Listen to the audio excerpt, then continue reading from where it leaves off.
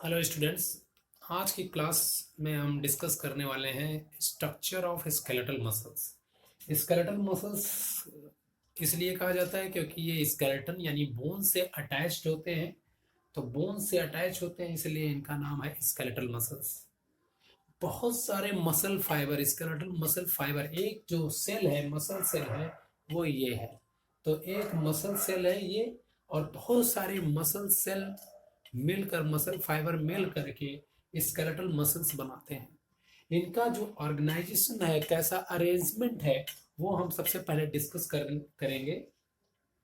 तो जो पूरा मसल्स है, होल मसल्स जो कि बोन से अटैच है हमारा, whole muscles is covered by connective tissue. Fibrous connective tissue से कवर होता है पूरा मसल्स। मसल फाइबर्स तो होते ही हैं, सार्कोलेमा इनकी कवरिंग होती है, लेकिन इसके आगे अलावा भी इसके बियॉन्ड भी अदर कनेक्टिव टिश्यूज होते हैं, फाइब्रस कनेक्टिव टिश्यू।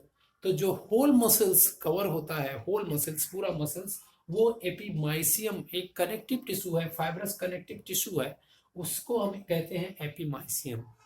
एपीमाइसियम नाम दिया गया है, लेकिन ये क्या होते हैं, वाइड फाइब्रस कनेक्टिव टिश्यू से कवर होते हैं। ठीक है। तो ये मसल्स के अंदर बहुत सारे बंडल्स होते हैं, मसल फाइबर के बंडल। तो ये देखिए बंडल्स में ये अरेंज्ड हैं। हर बंडल्स में बहुत सारे मसल फाइबर्स भी होंगे, लेकिन हर बंडल्स को भी एक मसल फाइबर के जो बंडल्स हैं उनको फैसिकल्स कहते हैं। जो मसल फाइबर्स के जो बंडल और फैसिकल्स हैं वो भी एक fibrous connective tissue, other fibrous connective tissue से कवर होते हैं, जिनको हम कहते हैं पेरीमाइसियम। ठीक है, पेरीमाइसियम। अब ये जो बंडल्स के अंदर बहुत सारे मसल फाइबर है, सिंगल सिंगल मसल फाइबर है, ये मसल फाइबर्स है। ये मसल फाइबर्स भी एक वाइट फाइब्रस कनेक्टिव टिश्यू से रैप्ड होते हैं, और इनको हम कहते हैं एंडोमाइसियम। ठीक है। तो हम इसको इस तरीके से इजी समझ सकते हैं, जैसे कि ये फाइबर्स है, ये केन शुगर देखा होगा आपने, गन्ना कैन शुगर। तो केन शुगर को भी हमने रैप कर दिया वाइट फाइब्रस कनेक्टिव टिश्यू से, उसको हमने कह दिया एंडोमाइसियम। ऐसे ही बहुत सारे शुगर केन का हमने एक बंडल बना लिया, सपोज उसका लिए 10-20 गन्ना हमने रख लिया और उसको एक बंडल बना लिया, और बंडल को भी हमने पूरा रैप कर दिया, और उस रैपिंग को कहते हैं हम पेरीमाइसियम। अब और इस तरीके से बहुत सारे बंडल्स बना लिए, और उन सब बंडल्स को इकट्ठा करके फिर से एक रैप्ड कर दिया उसको, जिसको हमने कहा एपीमाइसियम। ठीक है। तो ये जो एपीमाइसियम है, पेरीमाइसियम है, एंडोमाइसियम है, ये मटेरियल एक ही है, वाइट फाइबरस कनेक्टिव टिश्यू है, फाइबर्स टिश्यू है। और ये पूरे मसल फाइबर्स में जहां तक मसल सेल है वहां तक ये होते हैं, इसके बियॉन्ड भी ये एक्सटेंडेड होते हैं। ठीक है। तो ये जो पार्ट है जो यहाँ पे यहाँ तक है, सपोज कर लीजिए यहाँ तक मसल सेल्स है हमारे, ये मसल फाइबर है, लेकिन मसल फाइबर की जो कवरिंग है ये आगे भी एक्सटेंड करती है, यानी ये जो एंडोमाइसियम है ये आगे एक्सटेंड करती है। ऐसे ही ये जो बंडल्स को जो कवर कर रहा है यानी पेरीमाइसियम, वो भी आगे एक्सटेंड करती हैं। जो पेरीमाइसियम है, एपीमाइसियम है, होल मसल्स को जो कवर करते हैं, वो वाइट फाइब्रस कनेक्टिव टिश्यू भी एक्सटेंड करते हैं। और इन्हीं एक्सटेंशंस को हम कहते हैं टेंडन। क्या कहते हैं? टेंडन कहते हैं। और यही टेंडन जाके बोन से अटैच होता है। तो टेंडन क्या करता है? बोन और मसल्स को अटैच करता है। बोन मसल्स को बोन से अटैच करने वाला एक कनेक्टिंग लिंक है टेंडन। और ये टेंडन के अंदर क्या है? फाइब्रस कनेक्टिव टिश्यू के बने होते हैं। ये ईपीमाइसियम, पेरीमाइसियम, एंडोमाइसियम का कलेक्टिव फॉर्म है, समझ लीजिए ये टेंडन। ठीक है। तो अब एक मसल सेल, हमने इसमें से एक मसल सेल, 1000 मसल फाइबर्स मिल करके स्केलेटल मसल्स बनाते हैं। 1000 मसल फाइबर मिल करके ये स्केलेटल मसल्स बनाते हैं। और ये मसल फाइबर हमने एक यहाँ पे सेपरेट कर दिया है, ये एक मसल सेल है जिसको हम कह सकते हैं मसल फाइबर सेल। तो मसल सेल में ये हमने इसका जो फाइब्रस एंडोमाइसियम है, फाइब्रस कनेक्टिव टिश्यू जो था, उसको हमने निकाल दिया है। अब इसमें सिर्फ हमको इसकी कवरिंग है जो प्लाज्मा लेमा है। ठीक है।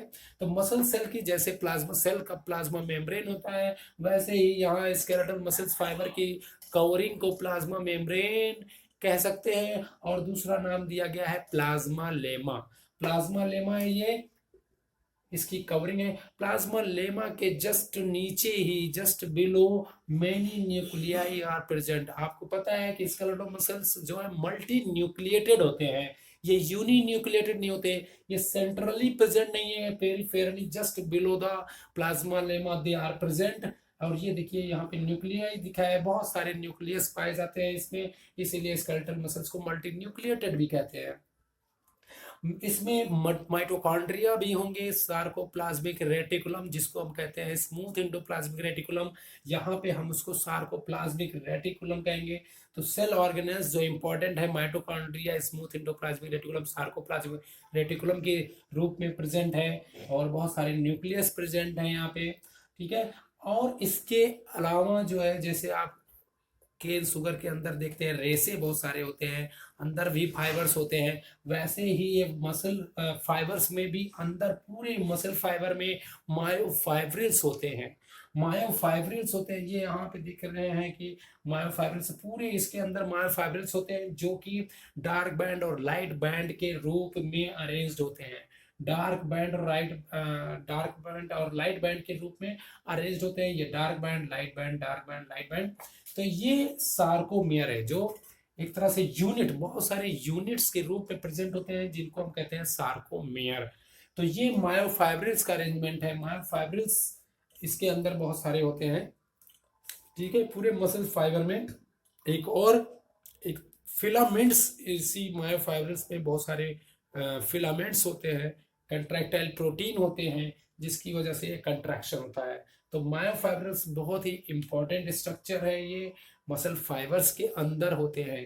तो न्यूक्लियाई प्रेजेंट होते हैं, प्लाज्मा लेमा हो गया, सार्कोप्लाज्मिक रेटिकुलम होते हैं, माइटोकॉन्ड्रिया एटीपी प्रोड्यूस करता है, क्योंकि skeletal muscles, voluntary muscles contract करेगा, रिलैक्स करेगा, बहुत सारे एनर्जी की जरूरत पड़ेगी इन्हें, तो इनके पास माइटोकॉन्ड्रिया भी ज्यादा होते हैं। तो मसल सेल्स में माइटोकॉन्ड्रिया सबसे ज्यादा होते हैं, और मसल सेल्स में कार्डियक मसल्स की बात करें तो उनमें सबसे ज्यादा माइटोकॉन्ड्रिया, अगर पूछा जाए कि सबसे ज्यादा माइटोकॉन्ड्रिया कहाँ होते हैं, तो हम कहेंगे मसल सेल्स में। और मसल सेल में भी कंपेयर किया जाए तो सबसे ज्यादा माइटोकॉन्ड्रिया कार्डियक मसल्स में होते हैं, क्योंकि उनके पास ज्यादा वर्क करना होता है, उनको ज्यादा एनर्जी चाहिए, तो इनके पास माइटोकॉन्ड्रिया होगा। सार्कोप्लाज्मिक रेटिकुलम का क्या काम है? सार्कोप्लाज्मिक रेटिकुलम कैल्शियम स्टोर करता है। अगर कैल्शियम कंट्रैक्शन के दौरान कैल्शियम रिलीज करता है, अगर कैल्शियम का लेवल कम हो गया तो मसल कंट्रैक्शन नहीं हो सकता। तो कैल्शियम बहुत इंपॉर्टेंट है मसल कंट्रैक्शन के लिए। माइटोकॉन्ड्रिया एटीपी जनरेट कर रहा है, जो कि बहुत इंपॉर्टेंट है मसल कंट्रैक्शन के लिए,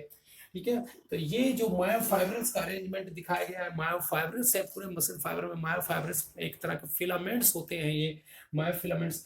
तो ये डार्क बैंड और लाइट बैंड के रूप में अरेंज्ड होते हैं। अब एक मायोफाइब्रिल्स हम यहाँ से, ये एक मायोफाइब्रिल्स हम यहाँ से निकाल करके ये मायोफाइब्रिल्स का स्ट्रक्चर हम डिस्कस करेंगे कि किस तरीके से वो मायोफाइब्रिल्स अरेंज्ड है, जिसकी वजह से हमें मसल सेल्स में स्ट्रिप्ड कहते हैं। मसल सेल्स का, स्केलेटल मसल्स का, ये स्ट्रिएटेड होते हैं और स्ट्रिप्ड होते हैं, डार्क बैंड और लाइट बैंड होते हैं। तो वो ये मायोफाइब्रिल्स, यहाँ से हम एक मायोफाइब्रिल्स, एक वो मायोफिलामेंट्स वहां से हम निकालेंगे, और वो मायोफिलामेंट्स किस तरीके से अरेंज्ड हैं, ये इस तरीके से डार्क बैंड लाइट बैंड की तरह से अरेंज्ड है। तो पूरे मायोफाइब्रिल्स एक बहुत सारे यूनिट्स के रूप में मिला है, बहुत सारे यूनिट्स होते हैं, जिसको हम सार्कोमेयर कहते हैं। ये सार्कोमेयर है, ठीक है। तो पूरे ये मायोफाइब्रिल्स में जगह जगह पे जेड लाइंस होते हैं। जेड एक तरह का फिलामेंट है, ये भी जेड लाइंस होते हैं।